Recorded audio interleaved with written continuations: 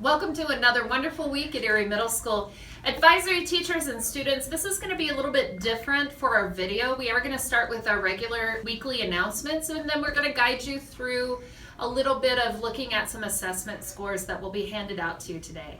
So we'll start with announcements. First on our agenda is the hallways. Remember that the R's and ROAR stand for respect and relationships. So in the hallway, you got to be aware of your surroundings. Never any running in the hallway. They're very crowded, and you need to be aware of what other people are doing as well as yourself. The lockers are stacked on top of each other, so make sure you know where people are and whether they're getting into their lockers or not.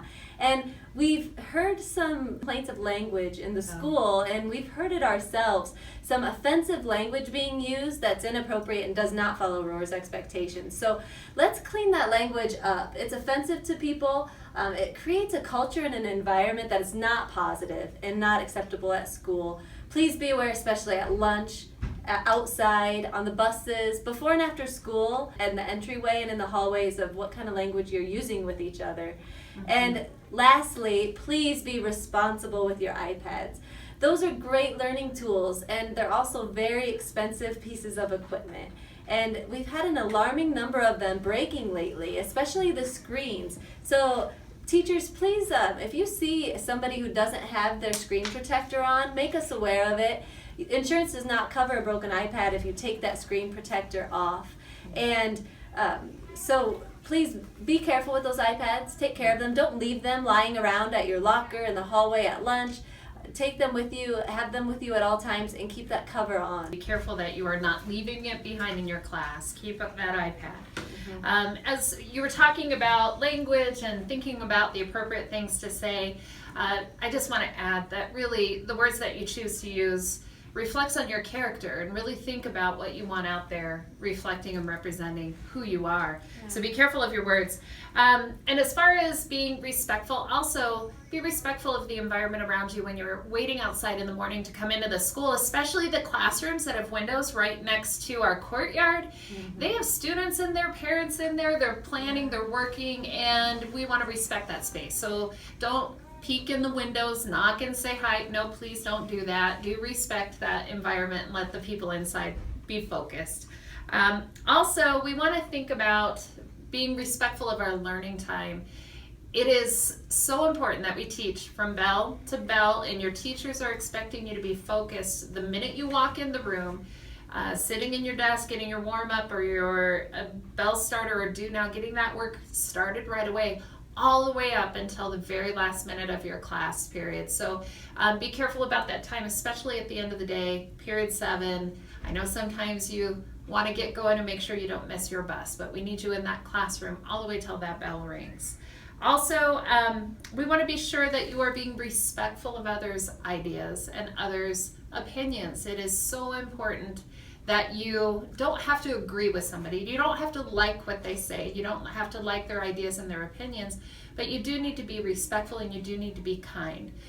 So be sure that you are listening and valuing other people's opinions. So those are our announcements for the week. And we are now going to, you can go ahead and pause the video, because I want our advisory teachers to take a minute and hand out packets that they have for the Colorado Measure of Academic Success, the CMAS and PARCC score test scores from last year. So teachers, pause this video and do that right now. All right, so you should have a nice packet in front of you like this, and it has a letter at the front for your family to take home, and it's going to talk about what's called a growth percentile, and we'll talk about that in a minute. But you should also have a couple of printouts. If you took the PARCC assessment for English, Language Arts, and Math, you'll see a printout score like this, one for English, Language Arts, and one for Math. And if you are a 6th grader, you took a science test in 5th grade. So you'll see a nice green sheet paper that is the scores from science, your measure of academic success towards the science standards from 5th grade. Now, you won't take a science test again until 8th grade. That's right. So there is a big span, and that's a lot of knowledge that they're assessing. That's 3 years worth of knowledge that they're assessing. So it's so important that you do your best on the science assessments. So when you do look at the report, if you turn to the first one, it's the English Language Arts Assessment, and it's going to give you an overall achievement level. And then it will, as you flip to the back, it's going to break down that achievement level into different areas. So those different areas, literary text, informational text, vocabulary, writing, expression, knowledge and use of language conventions, it's going to give you a little arrow to give you an indication of how well you were able to respond to those type of questions. So some of the arrows, look for those arrows that are pointing up that says that you meet the standards or you've exceeded the standards. If you're at a flat arrow, what does that mean for flat? Like if it's kind of going across, Miss Bodie, what's that one? If it's kind of going across, that means that you're kind of staying the same. You're kind of in the middle. Okay. And then an area you might want to focus on for a goal, if you do have an area that is pointing towards a decline, which means it's not necessarily a negative thing. It just means that you haven't met the standards yet. So we're still looking to meet those standards. So that's a place that you might want to focus on for a goal. So teachers, you can pause this video and go ahead and spend a few minutes answering some questions about the achievement scores for English, language, arts, and math. And then when we come back, we're going to talk about growth percentile. Welcome back. So we hope you identified some areas that you want to focus on this year. And we're hoping that we will see some growth. Yeah. It's not just about reaching a certain achievement level, although that is important, because this assessment is very closely aligned to the college entrance exams you're going to take in high school. So how you perform on the PARCC assessment is a predictor of how you're going to perform on our pre-SAT tests when you get into high school. And it's an accurate measure of how well you will do when you eventually take that college entrance exam for the SAT. So it's important that we work on getting to a level of proficiency and reaching that achievement level, absolutely. But the way we get there is through growth. Yeah. And growth is very important. You want to talk about growth? Yeah, Ms. Wadju, this is one of my favorite subjects to talk about, and I love going over assessments because a lot of people wonder, well, what's the use of this? Why do I need to take it? Well, we actually use this information to improve our instruction as teachers. We see the whole big picture of all the students, so it really helps us as teachers to look at this data and find out where the gaps are and what we need to teach more of, or what we need to change in our teaching to make it better for students. And it's great feedback for students because they get to see how they're growing compared to other kids like them. So we are all different and we're all achieving at different levels.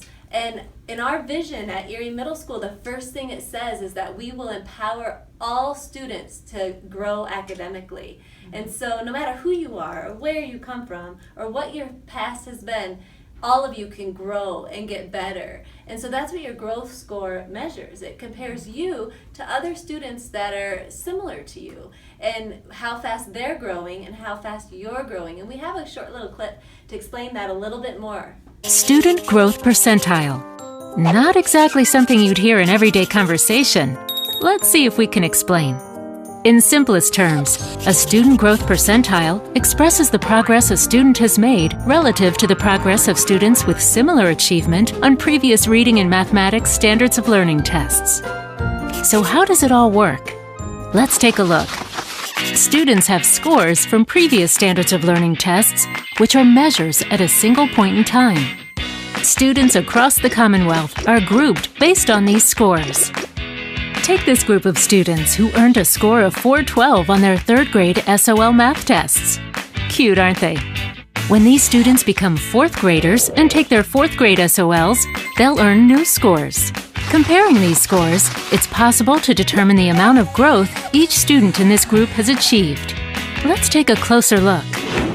Student A demonstrated higher growth than 92% of students with a similar score history across the state. Student D demonstrated low growth, but still showed more growth than 15% of students in this group. These percentages are student growth percentiles. Based on their student growth percentile, you'll be able to determine if students are demonstrating low, moderate, or high growth. Pretty simple, right? Many students will receive student growth percentiles in reading and mathematics. The student growth percentile provides students, parents, and educators with a measure indicating the amount of growth a student has made from one year to the next.